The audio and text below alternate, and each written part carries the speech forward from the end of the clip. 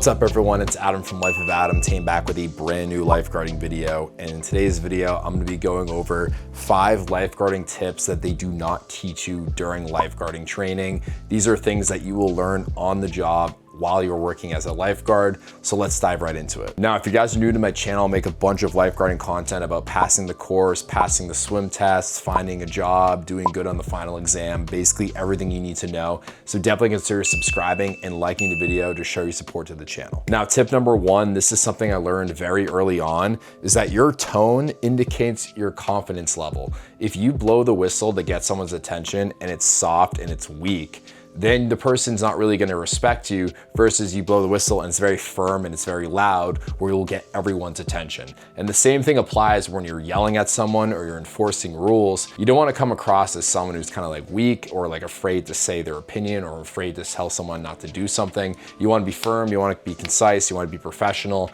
and you'll kind of get this as you work as a lifeguard. But this is a really important point because it happens all the time. People don't respect you if you're not firm and you're not confident. Now, tip number 2 is when you have a shift, fuel up. And I mean like fuel up a lot. You wanna eat, you wanna drink plenty of water, you wanna make sure that you use the bathroom before your shift, because if you are the only lifeguard on duty, you can't leave the stand and leave your zone or leave total coverage unattended and then come back after you use the restroom or go get water. So make sure you bring snacks with you. Make sure you fuel up. It could be energy bars, protein bars, it could be energy drinks, whatever it is, coffee. Just make sure that you have everything that you need with you and that you handle your business beforehand, because if you're working at a very popular pool and they need you there constantly, you can't just get up and leave. Now, tip number 3, move during your scans. This is one of my favorite tips because people think that when you're a lifeguard, you have to be like a statue. You're at a certain stand, you have to watch your zone, you gotta look around, and that's all you can do.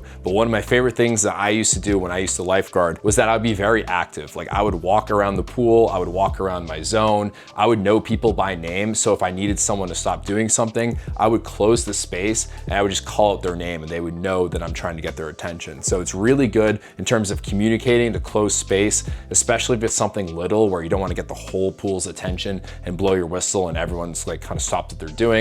If it's something minor, that's a great way to handle it. Also allow you to find blind spots throughout the pool, change your angle, avoid sun, and also keeps you engaged without being like super bored. It'll definitely help you throughout your lifeguarding shift, and you won't feel the need to like daydream or fall asleep, especially if it's a boring one. Now, tip number 4, don't let your friends distract you. Now, this is a key one because a lot of us are lifeguarding with our friends, and it's everyone from our high school, people from our college, and we like to talk and make jokes and have fun. And that's all great, but you have to make sure that when you're doing that, your attention is on the pool. And if your attention starts to become divided between what you're doing and also talking to your friends, you have to cut it off and you have to make sure that you prioritize people's safety. So just make sure when you're lifeguarding, when you're with your friends, yeah, you can have conversations, but keep them brief, keep the jokes short, and keep your attention on the water. You don't want to be like turning your head and laughing and making eye contact like 100% of the time, like you're having a normal conversation. You want to be watching the pool and you want to be deflecting it. Now, tip number 5 is you have to learn the rescue tube flip, how to put it over your shoulder,